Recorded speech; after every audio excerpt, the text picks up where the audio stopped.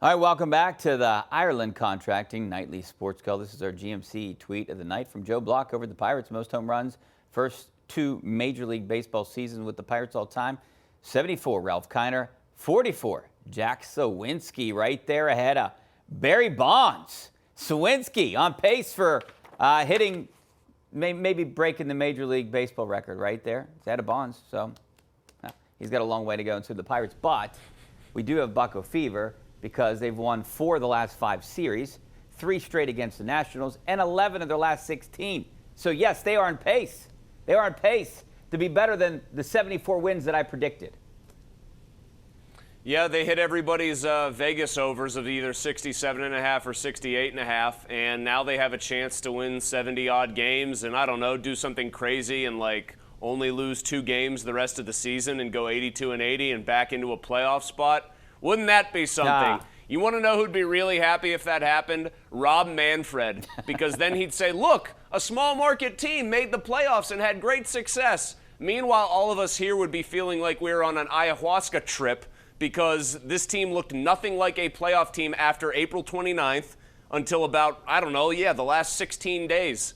So it would be a bizarro world situation. Of course, it's not going to happen. And I'm not even so sure, Richie, that there's a whole lot you can extrapolate from their stronger play of late because it's not really coming with O'Neal Cruz in the lineup. Brian Hayes, he looks a lot better. They've got some nice little pieces, but that's all they are right now is nice little pieces. Nobody that looks on that team like a building block other than Hayes that's currently healthy. They don't have Henry Davis.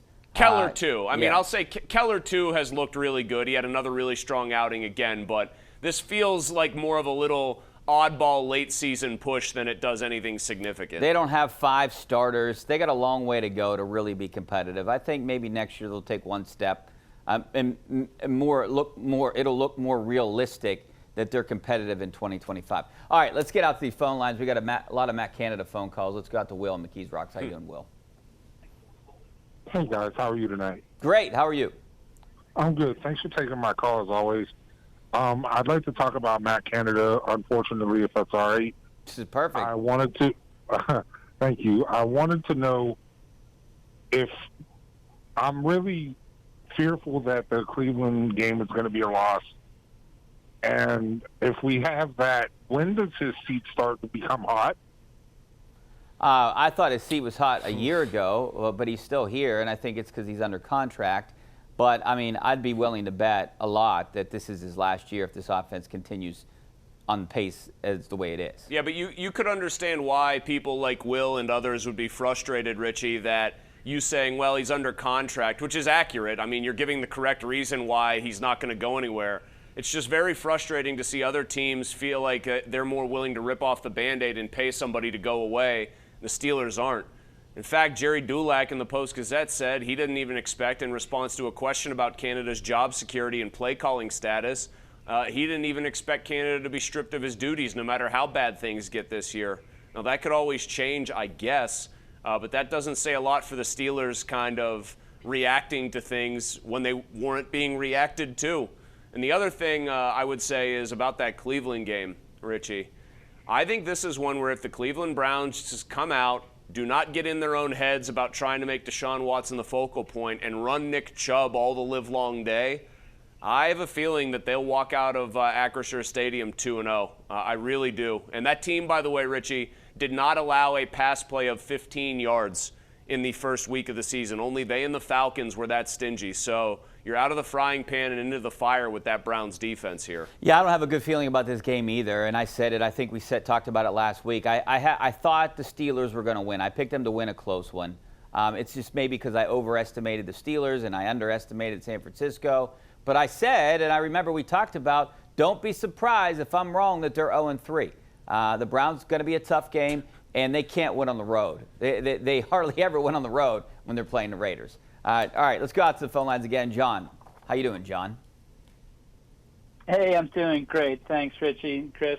Wanted to weigh in on the Matt Canada situation. This is the very definition of insanity, doing the same thing over and over again, expecting different results.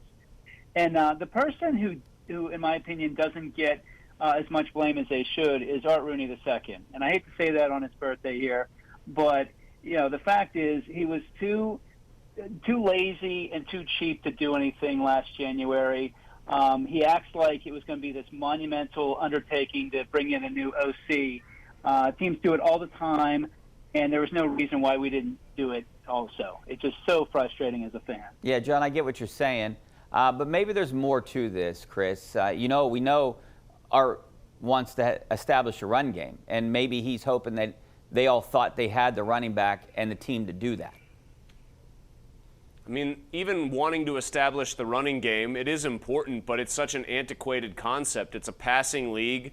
The stats are out there. You don't have to successfully run the ball to run play-action passes. I think they should run it against the Browns simply because they have to get some sort of steady push and start making life easier on Pickett right off the bat here. But I think Art's desires for the offense are stuck in the 1970s. And really what the caller said there from start to finish, I think is true to varying degrees. I do think the Steelers maintain too small of a coaching staff. I think that's financially tied in there. I think Art has, just like I said, an antiquated view of offense. And I do think that this franchise, for one reason or another, despite having had some prominent coordinators, guys who were head coaches elsewhere, I do think this franchise has made it seem like, wow, what a difficult proposition it is to scour the earth for offensive minds, as if some young up-and-comer wouldn't jump at the chance to work with the Pittsburgh Steelers, given their status among NFL franchises. I mean, come on.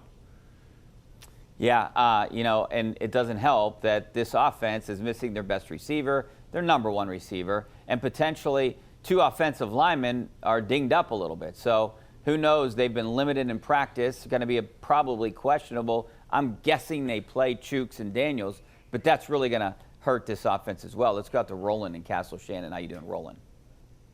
Hey, guys, I have 15 words. 15, Mulsey. Ready? Go ahead. Richie, love the hair. Mulsey, go to sleep. Congrats, baby Pomp. Steelers, hire Byron Leftwich. Thank you. That's 15. I counted them. No, it's 15. Counted every one of them. I thought it was 16. Oh. I thought it was 16. I thought it was 15. We'll have to go back, rewind the tape. But that all great comments right there. So. Did you see, by the way, Pomp, he got his bet paid off in very fine fashion. There were seafood towers that Pony treated him to. But when I say Pony treated him to it, I'm being a little bit, I'm telling a little bit of a fib. Because Pony had a benefactor who apparently, with very deep pockets, very well-off person, I dare I say wealthy, who paid the bill for him. So Pony had a benefactor who backed his bet, and once again, that's a very generous move by Pony's benefactor. I want to stress that. But once again, Richie, we have a case of Pony writing a little check here that he doesn't have to cash, because somebody else does it for him. He has once again skated on a bet, and in this particular case, all he did was reap the benefits of a glorious dinner. That was some inside information there, too. Thanks for that. I believe that I think... What do you mean inside information, Richie? I feel like Andrew owes me. It lost a bet to me, too, and I got to remember what it was, but we made a bet on this show that he was supposed to shave his eyebrows, and he never did. Yeah, he'll never do that. He'll never do it. And I owe you a dinner from last year.